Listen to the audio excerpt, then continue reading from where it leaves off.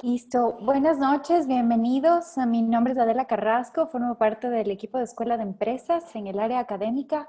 Gracias por darse cita para acompañarnos esta noche en una más de nuestras Vive Virtual. Este segmento es creado para ustedes, para estar cerca mientras estamos en casa.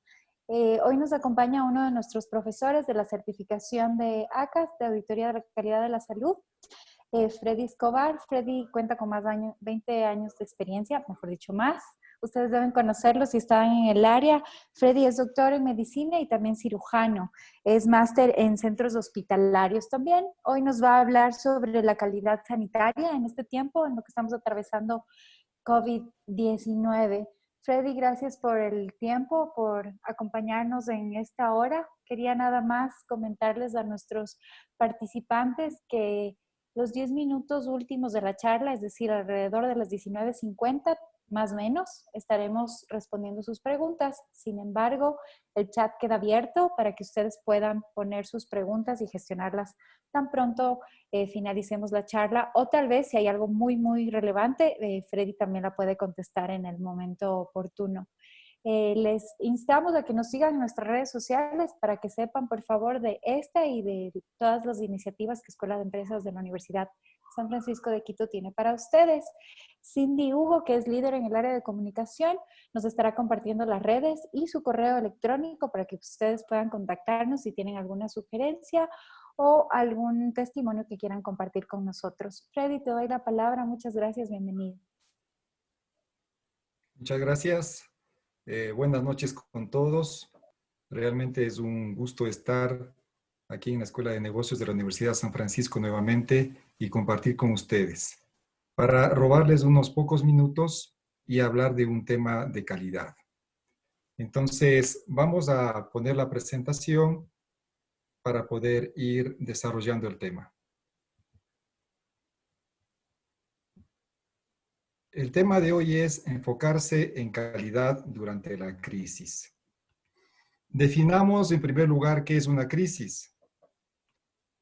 Pues es un concepto o la crisis es tal que incluso nos deja sin definición para la crisis. ¿Qué es una crisis? Bueno, las definiciones dicen que son una serie de eventos inesperados o no reconocidos, que de pronto sobrevienen, nos llegaron, y que nos ponen en una coyuntura de cambios inicialmente incontrolados. Es decir, perdemos el control, nos sentimos que no controlamos nada. Esto a su vez nos lleva a una atmósfera de inestabilidad, de incertidumbre. No estamos acostumbrados a esto, no sabemos cómo reaccionar. Tenemos incertidumbre de todo. Tal es la incertidumbre que ni siquiera logramos visualizar cuál es el grado o la profundidad de esta crisis y cómo vamos a poder regresar, ni cuándo vamos a poder regresar. Y efectivamente estamos viviendo una crisis, tal vez de las más graves que haya podido vivir la humanidad, porque ha habido epidemias, ha habido guerras, etcétera, y se dan cada cierto tiempo, ¿no? Pero esta vez por el impacto, 7.000 millones de personas, por la trascendencia de que llega a todo el mundo, a todas partes, por la velocidad con la que se propaga, probablemente haya sido la más, o es la más grave. Recuerdo yo que por ahí nuestros padres o antes también hablaban de la guerra, de la Segunda Guerra Mundial. ¿Y cuál era el efecto acá? Que de pronto faltaban algunas piezas o aparatos que no podían llegar porque el mundo estaba en guerra, ¿no? Cuando se pasó la guerra del 41, bueno, hay relatos, hay libros sobre esto. Cuando pasamos la guerra del 82, bueno, la vivimos, creo que muchos de ustedes también la pudieron vivir, pero creo que no tuvo la profundidad y la trascendencia de ahora ni el alcance. Entonces, frente a una crisis como esta, es obvio que las respuestas tienen que ser rápidas, efectivas y eficientes. Vamos con el primero, rápida. Esto significa que nosotros debemos de responder en la forma más veloz, en el tiempo más corto posible. El tiempo corre. Mientras más pase el tiempo, más respuestas, o mejor dicho, más complicaciones y secuelas de la crisis hay. Por lo tanto, debemos ser rápidos. Respuestas efectivas. ¿Qué significa ser eficaz? Significa que nuestras respuestas han de dar en el punto, han de dar en el clavo, han de conseguir resultados. Porque podemos dar muchas respuestas, pero probablemente no vamos a dar en el clavo y seguramente eso va a ahondar la crisis, ¿no? Como se ve actualmente, ¿no? Inventamos ciertas técnicas de aseo, ciertas, no sé, por ahí alguien habla de un tema y sale y de pronto todo el mundo se pone en esa onda y cuando después de un tiempo, unos días o unas semanas, nos damos cuenta que esa respuesta no es la adecuada. Por lo tanto, no fue eficaz. Nuestras respuestas frente a una crisis tienen que ser rápidas, efectivas y también eficientes. Cuando hablamos de eficiencia, cuando conseguimos los resultados con el menor consumo de recursos. En una crisis lo que falta es tiempo y recursos materiales y recursos humanos. Entonces nosotros debemos de tener una herramienta que nos permita ser rápidos, efectivos y eficientes. Vamos entonces ahora, con estos antecedentes y con estos criterios, a hablar un poco lo que es calidad en salud. Seguramente ustedes tienen claro el concepto de lo que es calidad en la industria. La calidad en la industria es satisfacer las necesidades o las aspiraciones del cliente, incluso hasta superarlas. ¿Con qué fin? Con el fin de vender más, ¿no? Con el fin de que este servicio sea tan bueno que el cliente se fidelice con nosotros y podamos lograr otra venta y después otra venta, ¿no? Pero esta definición de calidad es para la industria, no para la salud. En la salud la definición de calidad es completamente distinta. Y les digo por qué. Porque la salud no es un mercado perfecto. La salud tiene mucho de imperfecto en cuanto a mercado se refiere. En la salud no hay el conocimiento adecuado de parte de los consumidores entre comillas. En la salud, y a veces los consumidores están obligados a consumir el servicio sí o sí, sea que sea de buena calidad o de mala calidad. Por tanto, la calidad en salud no tendrá que medirse exclusivamente por el deseo o por la satisfacción que logramos en el cliente, sino por una serie de atributos que son netamente técnicos. Como vamos a ver más adelante, la satisfacción del usuario es importante en salud, pero en mi concepto y en el concepto de muchos autores es nada más un atributo más de la calidad. Definamos lo que es calidad en salud.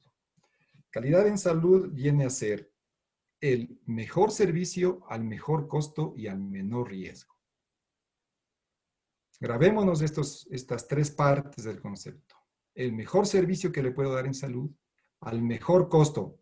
Otras personas pueden hablar del menor costo, es decir, a un costo eficiente y a un menor riesgo. ¿Cómo yo estoy seguro que doy el mejor servicio? ¿Cómo yo puedo decir en mi centro de salud o mi sistema de salud da el mejor servicio? Cuando se compara con el mejor servicio del mundo, cuando se compara con lo que mejor se hace o las formas de mejor hacer salud en el mundo. ¿Cómo sabemos si estamos en ese camino?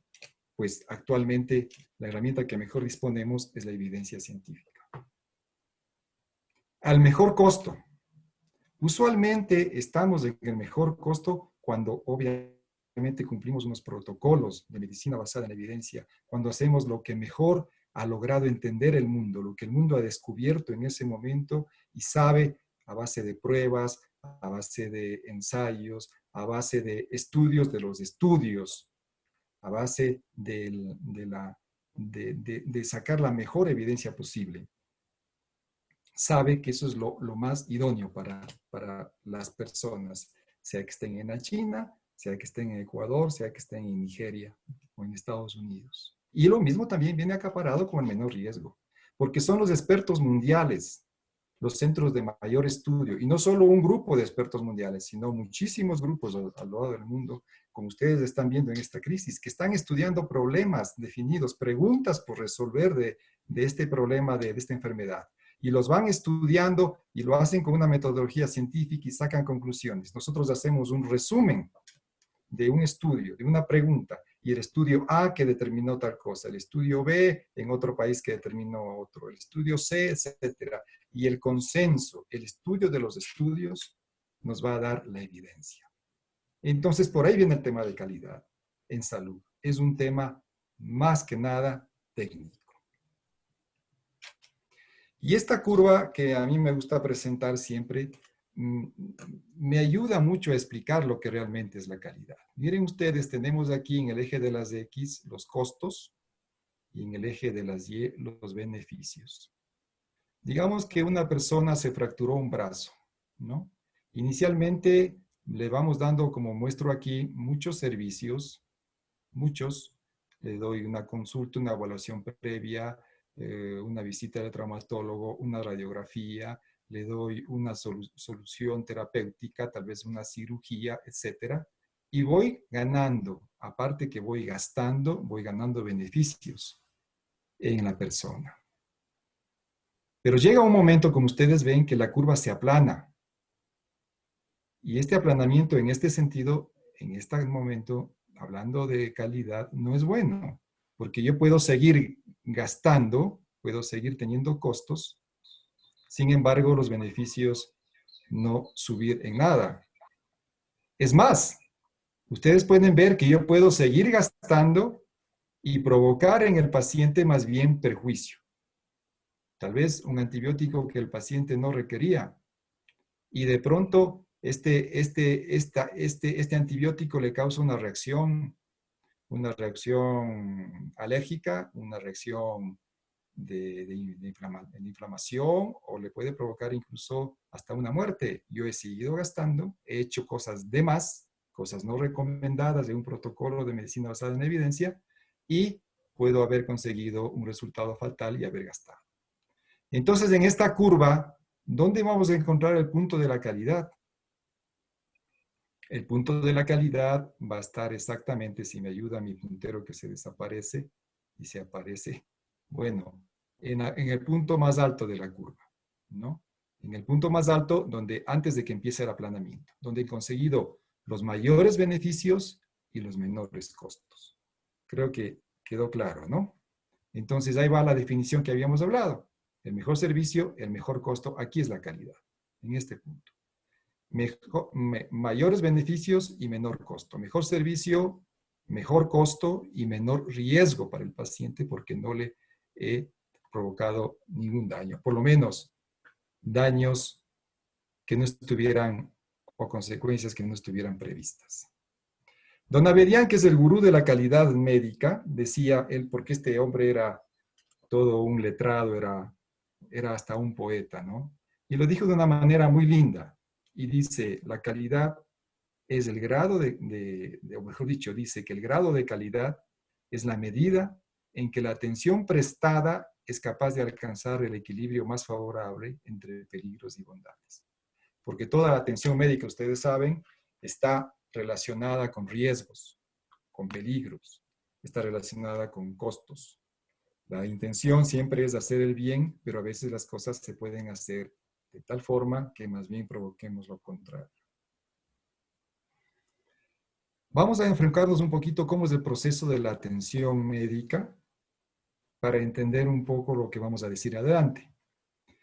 Inicialmente yo tengo una entrada, un insumo, como en todo, ¿no? Como cuando voy a hacer un pan, cuando voy a hacer, no sé, unas computadoras. Esto tiene un proceso, ¿no es cierto? Ciertas cosas que intervienen para darme un resultado. Entonces yo tengo inicialmente una entrada o insumo. Digamos que la entrada es de aquí un paciente que tuvo un accidente, ¿sí? Eso es lo que nos llega a nuestro hospital, a nuestro servicio de salud. O digan ustedes, un paciente con diagnóstico de COVID-19. Llega a un área donde se realiza la atención, que está enfocada o centrada aquí en este cuadrado redondeado que lo tenemos, o rectángulo redondeado, en donde hay primero una estructura que está dispuesta para recibir al paciente. ¿Qué es la estructura?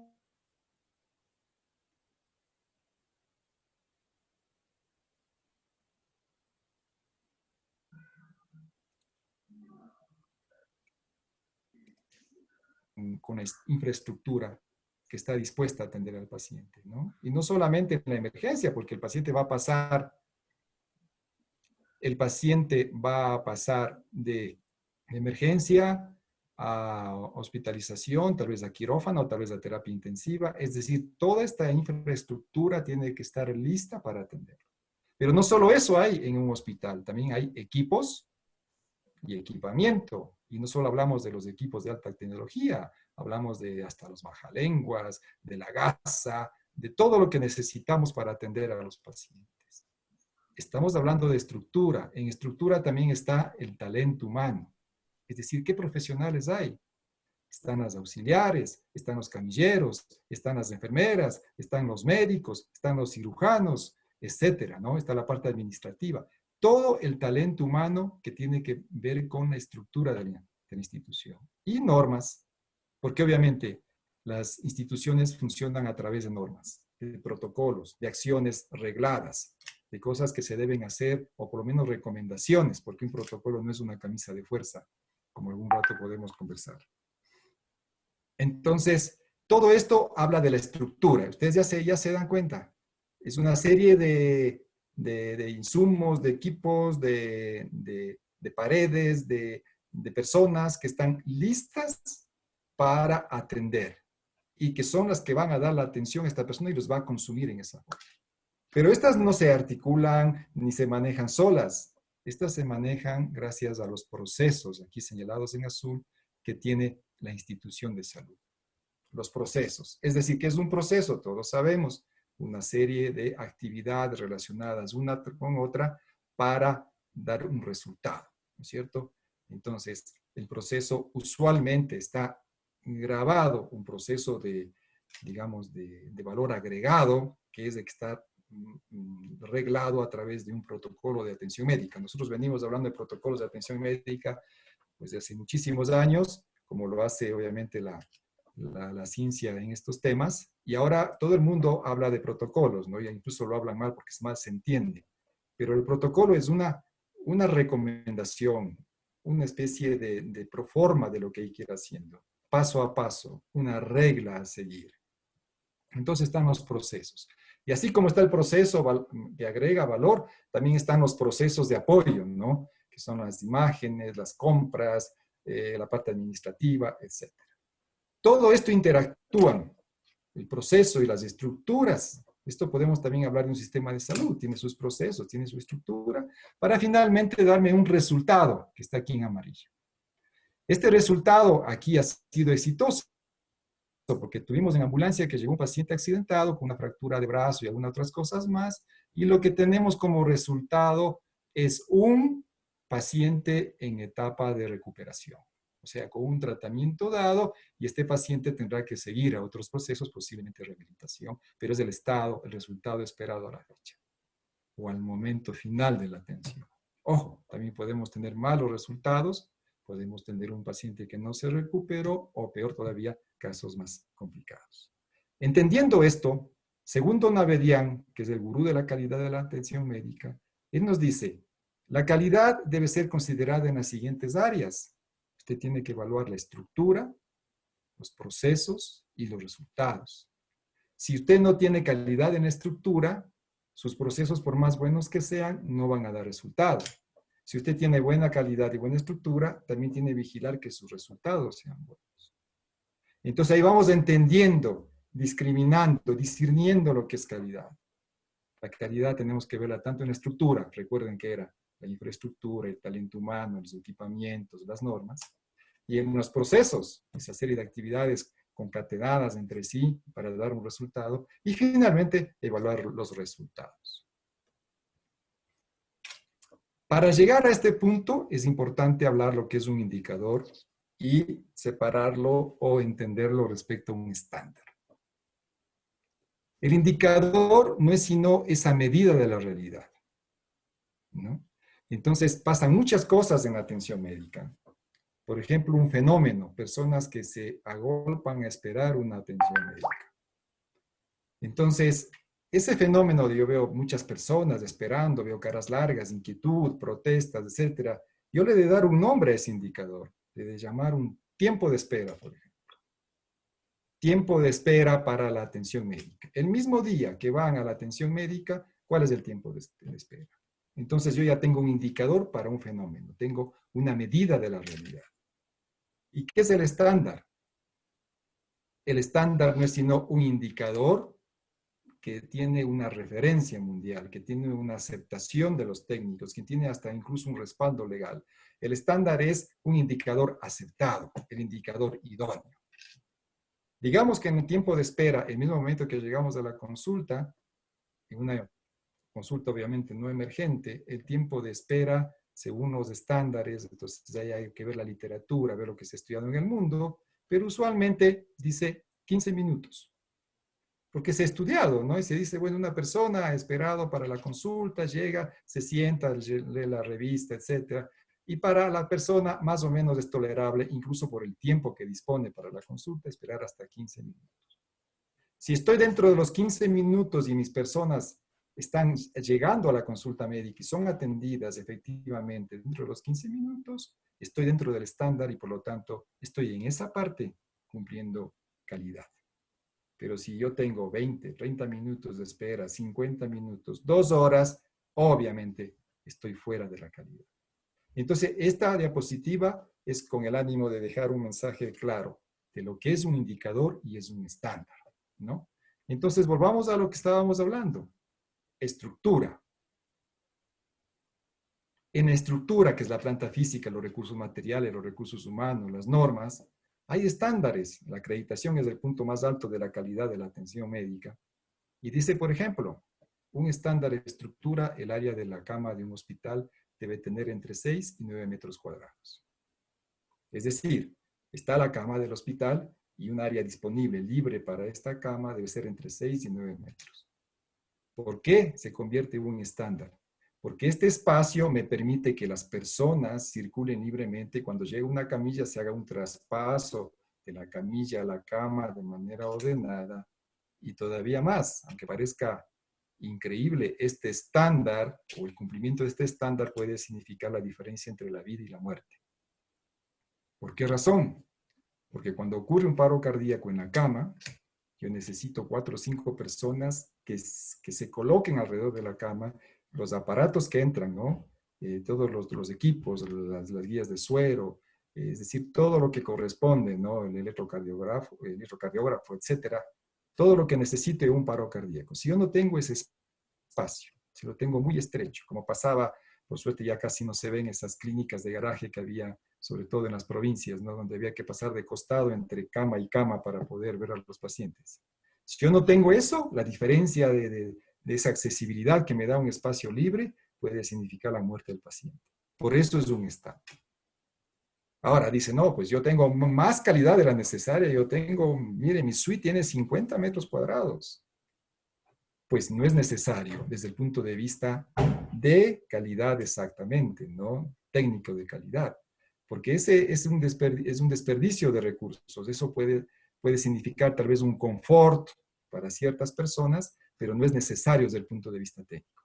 Pues ese espacio que tengo de más, tengo 30, 50 metros, tengo una suite para atender a una persona, pues representa un costo que alguien tiene que pagarlo, ¿no? Si soy un sistema de salud, obviamente yo no voy a dar suites, yo voy a dar los estándares justos. Si es que alguien quiere pagar eso en un nivel privado o de otra forma, bueno, lo podrá pagar, porque así es la vida. Pero no nos vamos a desviar que porque ya tengo 30 metros cuadrados, mis camas, mi hospital es de mayor calidad, porque esos discursos también se escuchan bastante frecuentemente. Otro estándar de estructura, por ejemplo, en farmacia, 2 personas pueden despachar hasta 500 recetas turno, ¿no? Entonces ahí me doy cuenta con qué personal yo cuento. Si estoy con una sola persona y tengo 500 recetas en un turno de 8 horas y veo cola en las personas que están esperando ser despachados, conociendo este estándar, yo puedo decir, obviamente luego de una valoración previa, saber si tengo que ingresar una persona más. De rendimiento horario, 45 minutos por ergometría, porque es un estudio que necesitamos, pues ustedes saben cómo es la ergometría, necesito hacerle el ejercicio a la persona, colocar el electrocardiógrafo, ir midiendo, valorando, etcétera. 45 minutos para ergometría, es un estándar, ¿no es cierto?, de rendimiento horario dentro de la estructura. o 10 minutos para espirometría. Entonces yo voy a tener 2 horas para espirometría, ya sé que puedo poner 6 espirometrías por cada hora, puedo hacer 2 espirometrías, basándome en un estándar, ¿no? Y la existencia o no de normas escritas, que es tan importante, porque si hay centros que actúan como que no hubiera normas, actúan un poco a la idea de cada uno. En cuanto a proceso, no solamente en el tema de la atención, de la recuperación del paciente, también en los procesos de promoción de la salud, de prevención, de rehabilitación, ¿no? Entonces, yo ahí puedo medir esto en base a la historia clínica única, ¿no?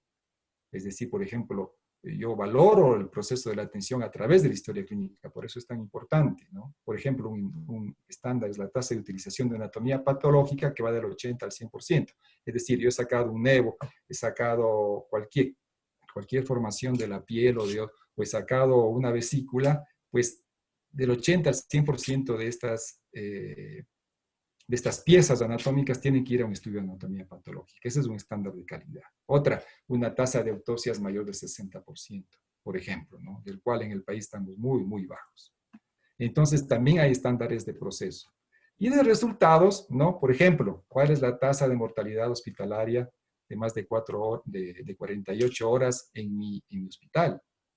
Hablamos de tasa de mortalidad hospitalaria de más de 48 horas porque se asume que pasados los 2 primeros días, el resultado malo del paciente posiblemente se deba más a lo que se hizo en el hospital de que a la forma en que vino el paciente. Me da una idea de la calidad que tengo yo en la atención médica. O una tasa de diagnóstico quirúrgico patológico, ¿no? Donde los médicos dicen, esto es una apendicitis, muy bien, operan y total no fue una apendicitis. Ah, no, es un problema de mala práctica, es no calidad, no. Hasta un 12% puede haber de discordancias. ¿Por qué? Porque somos seres humanos, porque la medicina no es una ciencia exacta, porque los medios diagnósticos no son exactos. Sí, entonces puedo a veces haber operado con un diagnóstico y no haber llegado a confirmar ese diagnóstico durante la cirugía. Puedo llegar a tener hasta un 12% de discordancias, pero si tengo más de eso, obviamente no estaría en calidad. Con esta visión que estamos viendo, pues vamos a desglosar un poquito la calidad de la atención médica. Entonces la calidad debe tener oportunidad, es decir, ser dada en el momento adecuado. Más tarde no me sirve. Continuidad, tener en un servicio, el otro servicio y el siguiente que necesita el paciente. Ser suficiente y tener una integridad. Tener una racionalidad lógico-científica, como estamos viendo, todo se basa en la ciencia. Debe dar satisfacción del usuario, obviamente, pero también debe dar satisfacción del proveedor o del prestador, el médico, las enfermeras, los hospitales, todo el mundo tiene que estar contentos también con lo que hacen y con los resultados que consiguen. Tiene que tener seguridad, la seguridad, tanto que se habla hoy de la seguridad del paciente, la seguridad del paciente no es sino un atributo de la calidad, no es todo, es una parte. Debe ser eficiente, el consumo de recursos adecuado, debe tener legitimidad, es decir, debe estar amparado en las leyes, ¿no? Debe estar avalado por la legislación, debe estar avalado por el bien hacer médico y debe tener equidad. ¿Equidad qué significa? Dar más a quien más lo necesita. No significa igualdad. Entonces ahora regresemos al punto de partida y estábamos hablando de crisis. Hemos hecho una pincelada sobre la calidad. Entonces hagamos un acercamiento práctico a lo que es esta crisis y cómo la calidad puede ser esa herramienta que nos ayude a dar respuestas rápidas, efectivas y eficientes. Tenemos, por ejemplo, hablando de un tema nada más, ¿no? No vamos a hablar de todos los temas, obviamente. Pero un tema, el número de pruebas disponibles, tanto PCR como IgG y IgM. Este será un estándar de estructura. ¿Cuál es el índice del estándar acorde al conocimiento actual? Es decir, ¿cuántas pruebas tengo que tener disponibles? ¿Y qué debemos hacer para conseguir esa calidad? Esas son las preguntas que nos deberíamos hacer si enfocamos con calidad el proceso en el que estamos o la crisis en la que estamos. Entonces, ¿yo debo ir a dónde? A buscar un estándar. En este momento de crisis en donde las cosas se dan tan rápidas, ¿qué he de hacer? Voy a ver las mejores prácticas de los países que están teniendo éxito. ¿Qué hizo Corea? ¿Qué hizo Alemania? ¿Qué hizo Singapur? ¿Qué hizo Japón? Pues, ¿cuántas pruebas hicieron? Y ven ustedes, ¿no? Ustedes van viendo las noticias, estamos todos atentos. Al principio era como que las pruebas eran algo así, que sí, que no, que no. Después nos dijeron que llegaban 2 millones, después 200,000, después, y ahora están realmente enfocados en el tema de las pruebas, porque ya asumieron la realidad, la experiencia mundial, tal vez un poquito tarde, un poquito temprano, no sé, eso habría que discutirlo, pero al momento se ve la trascendencia de del número de pruebas que tenemos que disponer, ¿no? Entonces, ahí tenemos que averiguar cuál es el estándar. A ver, ¿cuántas pruebas le hacía? Corea hacía 10,000 diarias en un momento dado, ¿no es cierto? Me parece que Alemania también un tanto así. Entonces, nosotros decíamos, bueno, en función de la población, ¿cuántas pruebas deberíamos tener nosotros? Tenemos un estándar y nosotros debemos acercarnos al estándar. Tenemos que luchar por todos los medios para tener las pruebas disponibles. Pero la prueba no basta, ¿no es cierto? Porque tengo la prueba ahí, otra vez vamos a la estructura. ¿Quién va a hacer? ¿Quién va a analizar? ¿Cómo? ¿En dónde voy a analizar? En los laboratorios. Entonces tengo que tener un número de laboratorios certificados que las procesen, un estándar de estructura. Nuevamente, ¿cuál es el índice del estándar acorde al conocimiento actual? Iré a ver las buenas prácticas en el mundo, que para este momento son estándares, y diré, miren, acá hay tantos laboratorios para tal cantidad de pruebas, acá hay tantas. Además, ¿dónde están ubicados estos laboratorios? ¿Qué accesibilidad tienen para las poblaciones? ¿Qué densidad tienen en relación a la densidad de la población? Yo tengo este estándar y trato de cumplirlo lo más pronto posible porque es mi medida objetiva de calidad. Entonces yo tengo que llegar allá, ¿no? Un poco nos sirve un discurso político que diga, tenemos 100 laboratorios, 20 laboratorios. No, pero eso comparado con un estándar, ¿qué significa? Porque un número suelto en el aire no nos dice nada. Si tenemos el número de laboratorios como las tenía, por ejemplo, Corea disponibles en el momento adecuado, podemos decir, estamos haciendo las cosas como los mejores países en resolver este problema lo hicieron. Entonces nos da más confianza. Y encima de que tienen que ser laboratorios certificados, no cualquier laboratorio que cumpla con protocolos de bioseguridad, que cumpla con protocolos de calidad en la certificación, en la valoración de las pruebas, y que las pruebas también obviamente hayan sido de calidad, no como pasó en España, que tuvieron que devolver una cantidad de pruebas a China. Otro estándar de estructura, ¿se acuerdan? El talento humano. ¿Cuántas personas necesito que estén disponibles para aplicar las pruebas y según una densidad poblacional nuevamente? Entonces, nuevamente, buscamos un estándar. ¿Cómo hicieron estos países? ¿Con cuántas personas? Leía la otra vez un artículo, me parece que era Corea también, que tenía 20,000 personas disponibles en el país. Nosotros vamos a llegar a tener 20,000 personas haciendo las pruebas. Bueno, no estoy seguro qué población tiene Corea, creo que es más alta que la nuestra, pero tal vez en relación a la población, ¿cuántas personas van a estar aplicando las pruebas? Podemos tener todas las pruebas, podemos tener todos los laboratorios y el talento humano. ¿Quiénes va a ser? Y además, estas personas tienen que estar realmente capacitadas. Estas personas tienen que disponer de los equipos de bioseguridad. Vean ustedes, entonces nos va desmenuzando el pensar en calidad, los temas que tenemos que hacer y nos va dando estándares y nosotros la lucha para llegar a la calidad es cumplir los estándares. Capacitación para las personas que apliquen las pruebas, como habíamos hablado. ¿Cómo les capacitaron las personas? ¿Qué conocían? ¿Qué sabían? ¿Qué nivel de formación tenían? ¿Cómo hicieron ellos? Entonces, esto estoy hablando ahora porque es una crisis, ¿no? Porque estamos aprendiendo el día a día rápidamente. Pero cuando no hay crisis, nosotros tenemos literatura afortunadamente abundante. Tenemos estándares con evidencia prácticamente muy contundente en todo el mundo y se nos hace más fácil, más entendible poder responder. Pero hoy nos toca aprender al apuro prácticamente, pero saber dónde enfocamos nuestros ojos. Ahora, un indicador de proceso. Un proceso idóneo para la toma de las muestras. ¿Cuál es el estándar del proceso? ¿Cómo se tomaban las pruebas en estos países? ¿Cómo se los hizo? ¿Cómo vamos a hacer nosotros? ¿Vamos a inventarnos una toma de pruebas o vamos a tratar de cumplir un estándar que fue probado, un proceso de toma de muestras que fue probado en tal parte y que dio resultados? Nuevamente, ¿cuál es el índice del estándar, acorde al conocimiento actual, y qué debemos hacer para conseguir esta calidad? ¿Cómo capacitamos a las personas? ¿Cuánto nos demoramos en capacitarlas? Otro proceso. Proceso idóneo para la gestión de las personas que resultan positivas e incluso para las que resultan negativas. Ya, hacemos las pruebas, laboratorios, personas, todo nos está funcionando súper bien. Pero ahora, ¿qué hago con las pruebas? Con las personas, perdón, con las personas que resultaron positivas o negativas. ¿Qué hicieron los otros países? ¿Los mandaron a su casa o los aislaron en ciertos lugares? Hemos visto con buenos ojos en Quito el centro de convenciones se está preparando para tener, digamos, dónde recibir a las personas que no están en estado de gravedad. Pero también deberíamos tener hoteles o otros lugares mucho más abundantes para no regresen a las casas, porque en las casas es más fácil que contagien a los demás.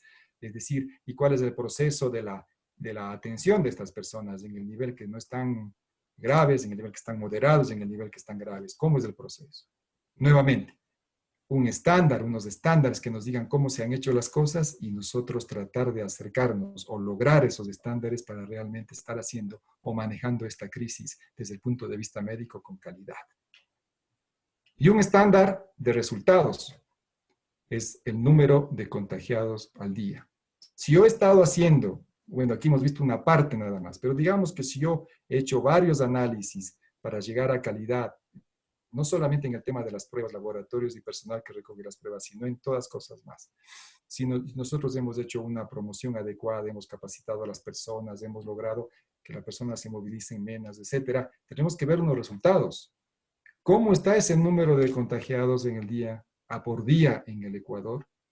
¿Cómo fue el número de contagiados en las distintas fases de la epidemia en los distintos países para saber y nuevamente compararnos? ¿Estamos yendo bien? ¿Estamos yendo mal? ¿Estamos pues lejos de tener unos resultados de calidad o simplemente ya estamos cumpliendo? ¿Cuál es el índice del estándar acorde al conocimiento actual respecto al número de contagiados por día y qué debemos hacer para conseguir esa calidad? Entonces, lo que hemos hecho en esta pequeña charla, agradeciéndoles a todos por la atención, es tratar de ver lo que es una crisis, cómo nos afecta y que a veces no tenemos respuestas y decirles, mira, a pesar de que estamos en un momento donde parece que la situación es sálvese quien pueda, piensa en cosas refinadas, piensa en soluciones estructuradas, date un poco de tiempo para responder, para que con calidad, la calidad es una herramienta adecuada para responder a la crisis. Lo que decimos, si siempre haces lo que siempre has hecho, siempre obtendrás lo que siempre tuviste. La invitación es a empujar desde todo lado en este país para empujar, para lograr que se trabaje con más calidad en todos los niveles, tanto en las trincheras que se atienden a los pacientes como en los niveles más altos de decisiones políticas. Estamos pues atentos a recibir las preguntas que ustedes deseen. Ade, muchas gracias. Adela. Sí, por aquí estoy conectándome, dame un momento, ahí está. Okay. Perfecto, muchísimas gracias, Freddy, por el oportuno mensaje en la parte médica, por la importancia de responder rápida, eficiente y eficazmente. Ahora queremos darles paso a nuestros participantes, casi 70 que tenemos esta noche. Bueno, por aquí nos están agradeciendo. Mientras se animan a poner sus preguntas, les invitamos a que nos sigan en nuestras redes sociales. Cindy Hugo, que es coordinadora de comunicaciones, está compartiendo con ustedes nuestras redes sociales y la dirección de nuestra página web. Freddy Escobar es parte de nuestros profesores de la certificación de auditoría de la calidad de la salud. También está toda esta información en nuestra página web, pueden revisarla. A que se animan a hacer una pregunta de todo lo visto esta noche o si les está pasando algo en sus trabajos para que Freddy pueda dar un poco de soporte o sugerencias. Tal vez recordarles que pueden escribirnos por el chat las preguntas, ¿no? Sí, tal vez sí, se conectaron después. Muchas gracias, Freddy. El chat está abierto para que ustedes puedan escribir sus preguntas e inquietudes. Vilma nos dice muy enriquecedora y estructurada la charla. Gracias, Freddy.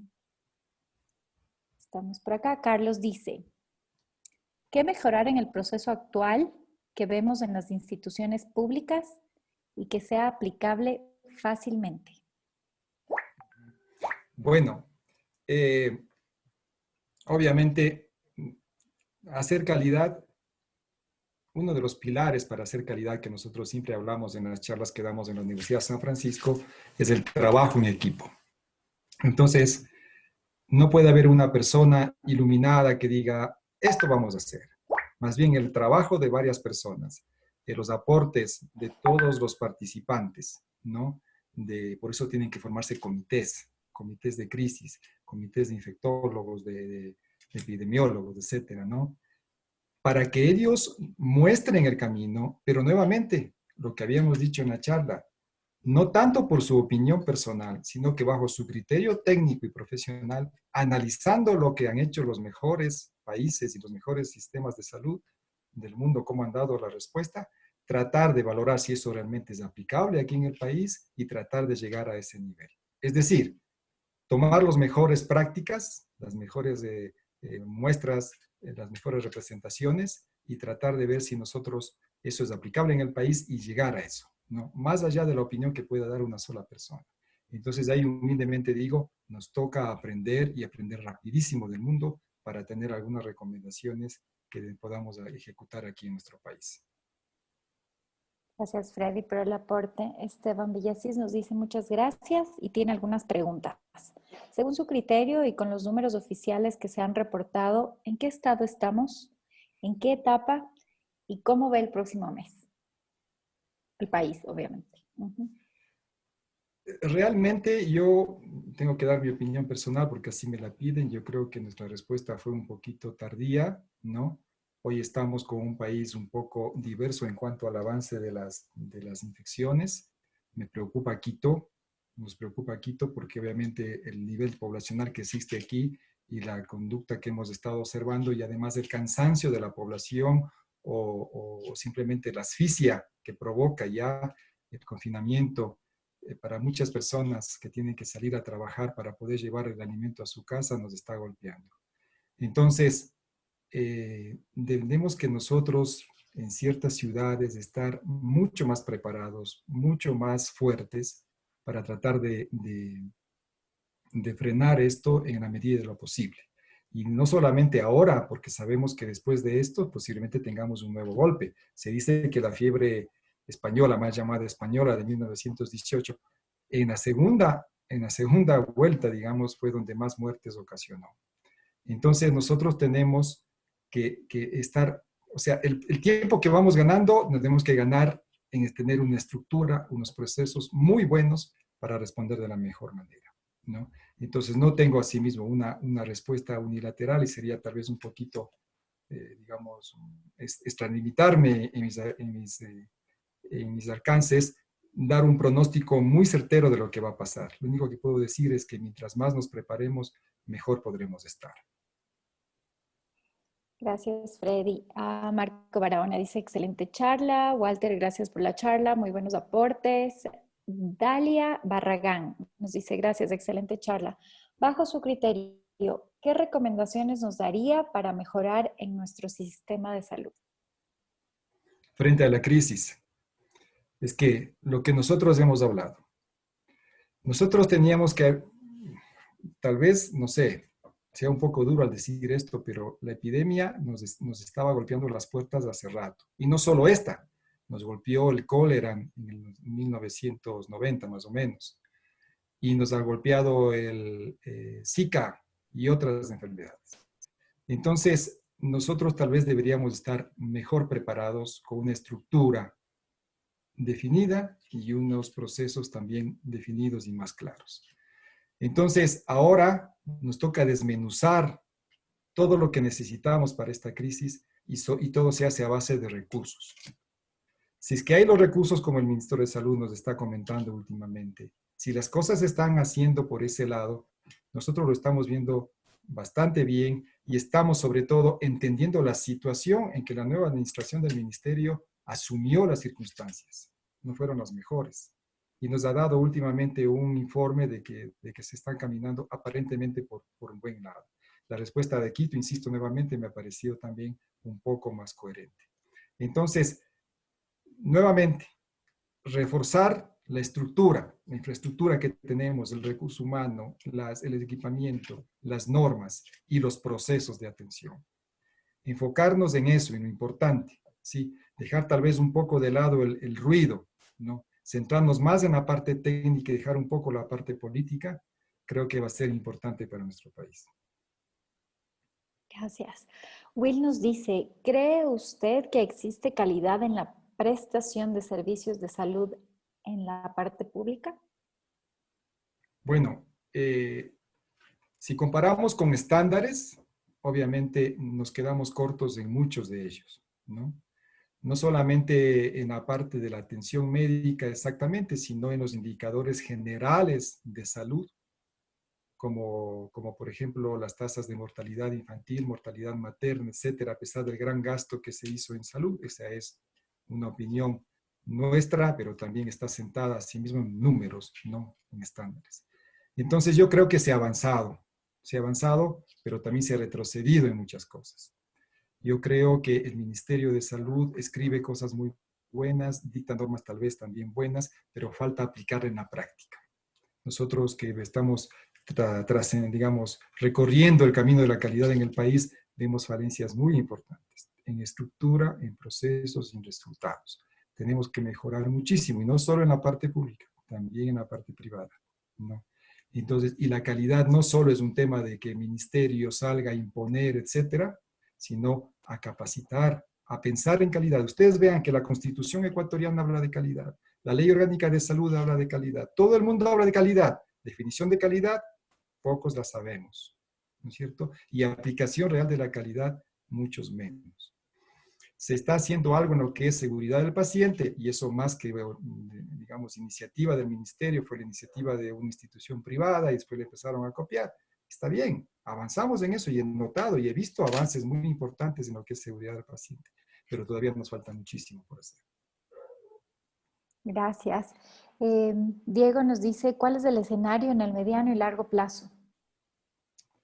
Lo que habíamos dicho, no tenemos todos los indicadores, no soy un experto en epidemiología, pero si nosotros no hacemos bien las cosas, los escenarios van a ser complicados, vamos a tener varias reapariciones del virus y nos pueden golpear fuerte.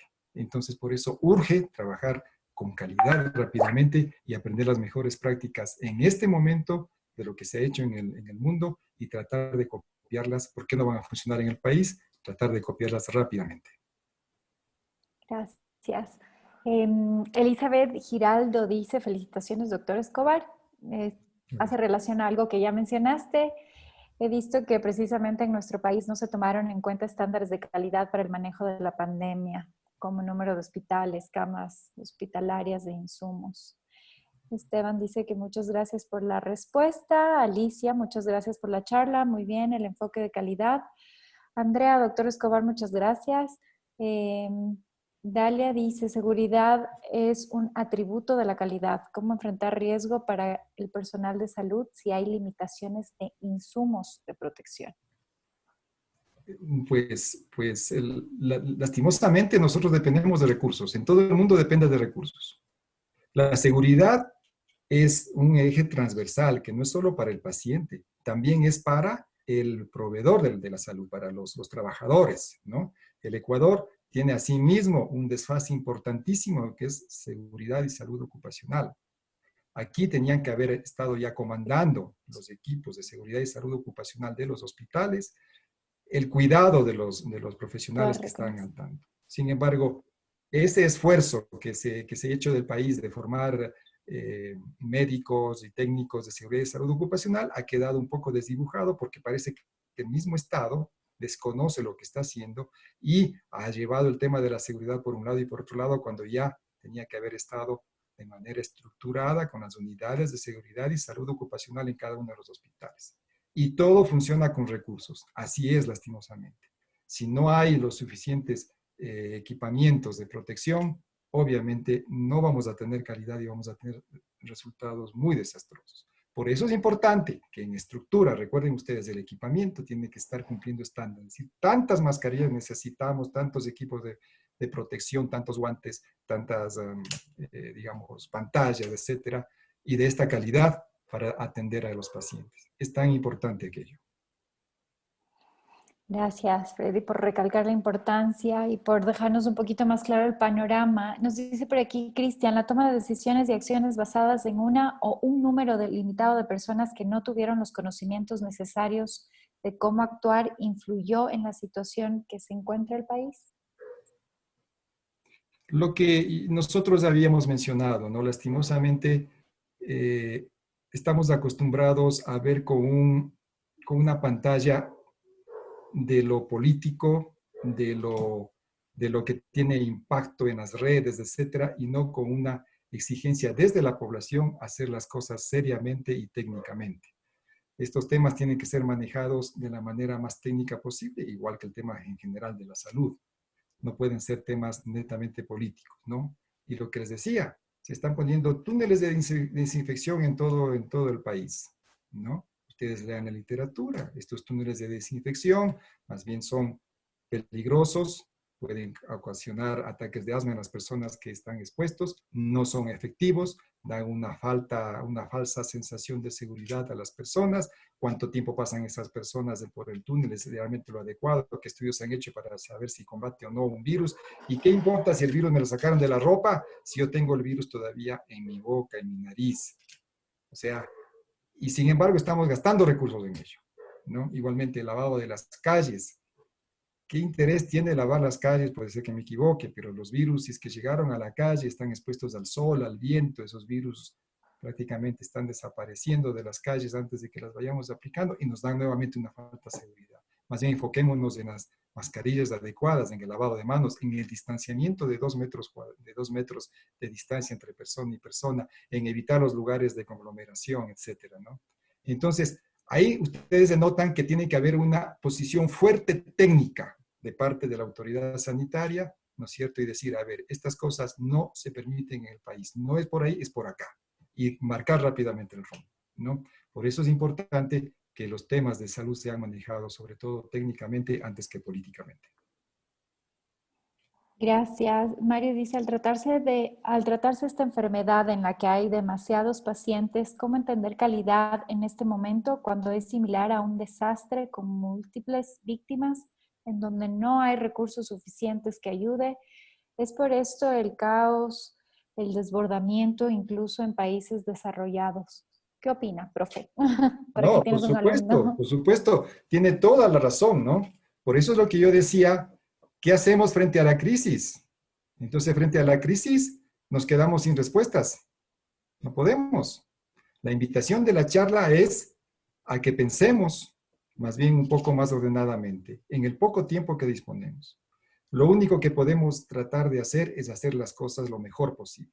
Y la calidad nos da una herramienta para tratar de hacer lo mejor posible, ¿no? Entonces, me parece más seguro, un camino un poco más resguardado, tratar de manejar las cosas lo mejor posible en base a estándares, ¿no es cierto? Tenemos muchísimos infectados, pero si no lo hacemos así vamos a tener mucho más. Y después de un poco tiempo estaremos realmente en una crisis ya irrecuperable y sin capacidad de respuesta. Todavía tenemos capacidad de respuesta y esta capacidad tenemos que tratar de usarla de la mejor manera. Por eso tenemos que ser rápidos, efectivos y eficientes. Gracias. Me estaba pasando César, felicita por la enriquecedora charla y menciona, ¿qué está pasando con la promoción, prevención en las unidades de primer nivel de atención en el Ministerio de Salud Pública? No hay insumos médicos en estas unidades, especialmente N95. ¿Qué hacer? Lo mismo porque el tema de la prevención es un proceso, que mejor dicho, una parte de la atención médica que requiere una estructura adecuada, insumos personales, etcétera, unos procesos adecuados, ¿no? Y la falencia que tenemos en el país respecto a la prevención y a la promoción, y lo que hablábamos ahora de la seguridad y salud ocupacional, es gravísima, ¿no? Es muy grave, ¿no es cierto? Entonces, como que estamos descubriendo las cosas recién, cuando nosotros ya teníamos que haber hecho esto como país, como institución, tener un poco más de claridad de las cosas. Nosotros venimos de una larga, pero larguísima falencia de prevención y promoción en el país. Muy poquitas cosas se han hecho cuando la respuesta adecuada para un sistema de salud, la prevención y la promoción. Por Esperemos ahí un había momento, un a poco alguien se de le sonido. activó. Ujú. Ajá. Entonces, es igual que cualquier parte de la atención médica viene por la prevención, viene por la promoción, viene por por la cura, por la atención y por la rehabilitación. Cada una de estas fases tiene que cumplir exactamente, cumplir en estándares, tanto en su estructura, como en sus procesos y en sus resultados, ¿no? Y los países como el nuestro, de escasos recursos, más bien son los que deberían haber estado mucho más preparados en cuanto a prevención y promoción de la salud. Han habido tantas epidemias, tantas cosas, y nuestra gente recién está entendiendo lo que es lavarse las manos.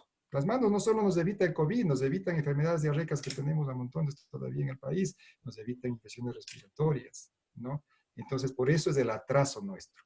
Tenemos que avanzar. Ojalá esta crisis nos ayude y nos está ayudando, creo yo, a dar saltos rápidos de competencias para nuestra población. Gracias. Ana Cristina, muchas gracias por la charla, excelente información. Tiene una aplicabilidad limitada en este momento debido a la limitación de recursos, lo que mencionamos durante estas respuestas que nos está dando Freddy. Muchas gracias por la invitación y la información compartida. Antonio dice, entonces hemos aprendido que no solo seguridad del paciente, debemos recordar la seguridad del cliente interno, o sea, el médico. Muy, muy importante. Mario nos dice, al tratarse de esta enfermedad en la que hay demasiados pacientes, ¿cómo entender calidad en este momento cuando es similar a un desastre? Esta ya la respondimos, Ya me lo leímos. parece, ¿verdad? Sí. Sí. Carlos, estamos por responderte tu pregunta.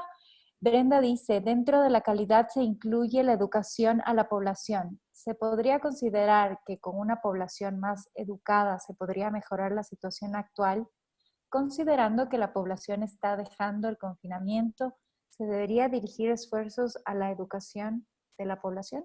Por supuesto, eso es evidente, ¿no? Los actores médicos no es todo, pues la población es la que realmente tiene que estar en las mejores condiciones para poder responder, ¿no? Entonces, mientras más eduquemos, capacitemos a la población, por eso hablábamos en algún momento de lo importante que es la promoción de la salud, estaremos de un paso adelante, ¿no? Entonces, muchos de los países, porque pueden decir esto, ¿no? ¿Cómo yo aplico los estándares de Corea, de Alemania, si son sociedades más avanzadas en cuanto a que su población entiende mejor la realidad? ¿No es cierto? Pues nosotros también tendríamos que tener a nuestra gente un poquito mejor preparada. En la medida de los posibles, porque sabemos que nuestra gente sobrevive, mucha de nuestra gente sobrevive día a día, pero sí hay cosas que podemos enseñar, aprender, compartir, nuevamente, no tanto con el castigo, sino más bien con la capacitación y la promoción de salud en las personas. Gracias.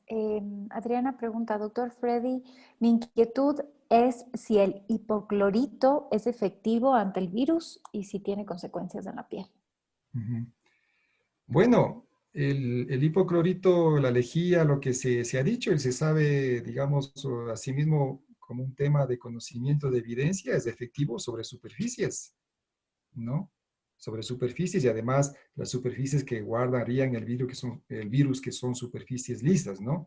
Pero sobre la piel humana provocan obviamente reacciones. Entonces tenemos que saberlos dónde usarlos, ¿no? Hablaba yo de los túneles de desinfección porque pueden estar desinfectando con amonio cuaternario, pero también podrían capaz que en algún lugar están poniendo lejía para las personas, imagínense, ¿no? Todas las consecuencias que podían haber. Entonces, las indicaciones están claras, nuevamente. No se trata de la opinión de una persona, sino que buscamos la mejor literatura, sabemos, hay estándares de bioseguridad que son universales y sabemos dónde podemos aplicar el hipoclorito. Y tenemos que hacerlo nosotros, aplicarlo porque es un estudio universal, es un estándar para nosotros. Perfecto, queda muy claro. No sé si alguien más tiene alguna pregunta antes de cerrar, llegando ya a nuestro límite. Muchas gracias por todos tus aportes, Freddy. César, antes de cerrar, dice, saludos, ¿qué está pasando con los brazaletes de identificación en el momento de su fallecimiento por COVID-19? Se han confundido con los nombres de pacientes que fallecieron y colocaron con cintas adhesivas en fundas. falta el estándar de estructura de procesos. ¿Qué hacer? Para mí es de proceso porque entiendo yo que una de las primeras acciones que tienen que hacer en los servicios de salud es identificar correctamente a los pacientes. Nuevamente, nos pueden decir, pero en semejante desbordamiento de pacientes, ¿esto puede pasar? Sí puede pasar, porque somos humanos, pero capaz que pasaba menos, o tal vez evitábamos que pase si estábamos un poquito mejor preparados, habiendo estudiado bien el proceso con las personas, habiendo capacitado bien a las personas, lo que se está haciendo ahora en Quito, entiendo yo. Ahora se está haciendo hasta simulacros de cómo manejar las muertes. Tal vez en Guayaquil no hubo el tiempo para hacerlo, y tal vez se entiende eso. Pero antes de la crisis, tampoco estábamos cumpliendo procesos. Por eso es que tenemos peores resultados. Si hubiéramos tenido un proceso más detallado, la gente más entrenada, probablemente hubiéramos tenido menos de estas complicaciones. De ahí la importancia de trabajar en calidad. Gracias. Dice doctor Escobar, ¿qué recomienda para la desinfección? Ya que el hipoclorito que están utilizando en algunos lugares llega a la piel más en los hogares. Bueno, entiendo que esta pregunta, como es así un poquito amplia, se refiere más Abierta. bien, Ajá. pero lo que se ha dicho hasta ahora, ¿no es cierto? Y lo que hay evidencia, que es que el virus tiene una sensibilidad o tiene una posibilidad de ser destruido a base del jabón.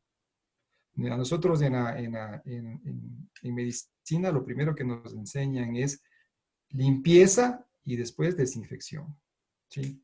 Entonces, yo me acuerdo cuando era estudiante de medicina, pues, ¿no es cierto? Les veía a las enfermeras que con todo afán, las pinzas quirúrgicas, todo después de la cirugía, limpiaban y limpiaban, las dejaban brillantes para meterlas al autoclave para la esterilización. Entonces yo les decía, pero ¿por qué ustedes limpian tanto si total eso va a 160, 200 grados, va a estar ahí 20 minutos, media hora y ya va a morir todo? Y me decían, no, doctor, porque debajo de cualquier suciedad el calor puede no llegar lo suficiente y puede ahí estar la bacteria o el virus y darnos un problema de una infección nosocomial.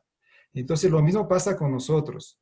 Aquí la clave es primero la limpieza adecuada, un jabón suave. No vamos a usar un jabón de estos que son antibacterianos, etcétera, porque si nos estamos lavando frecuentemente nos va a irritar la piel. Pero el lavado adecuado en la técnica correcta, 40 segundos, nos garantiza bastante. Y después, si deseamos usar alcohol o lo que sea, podría ser adecuado.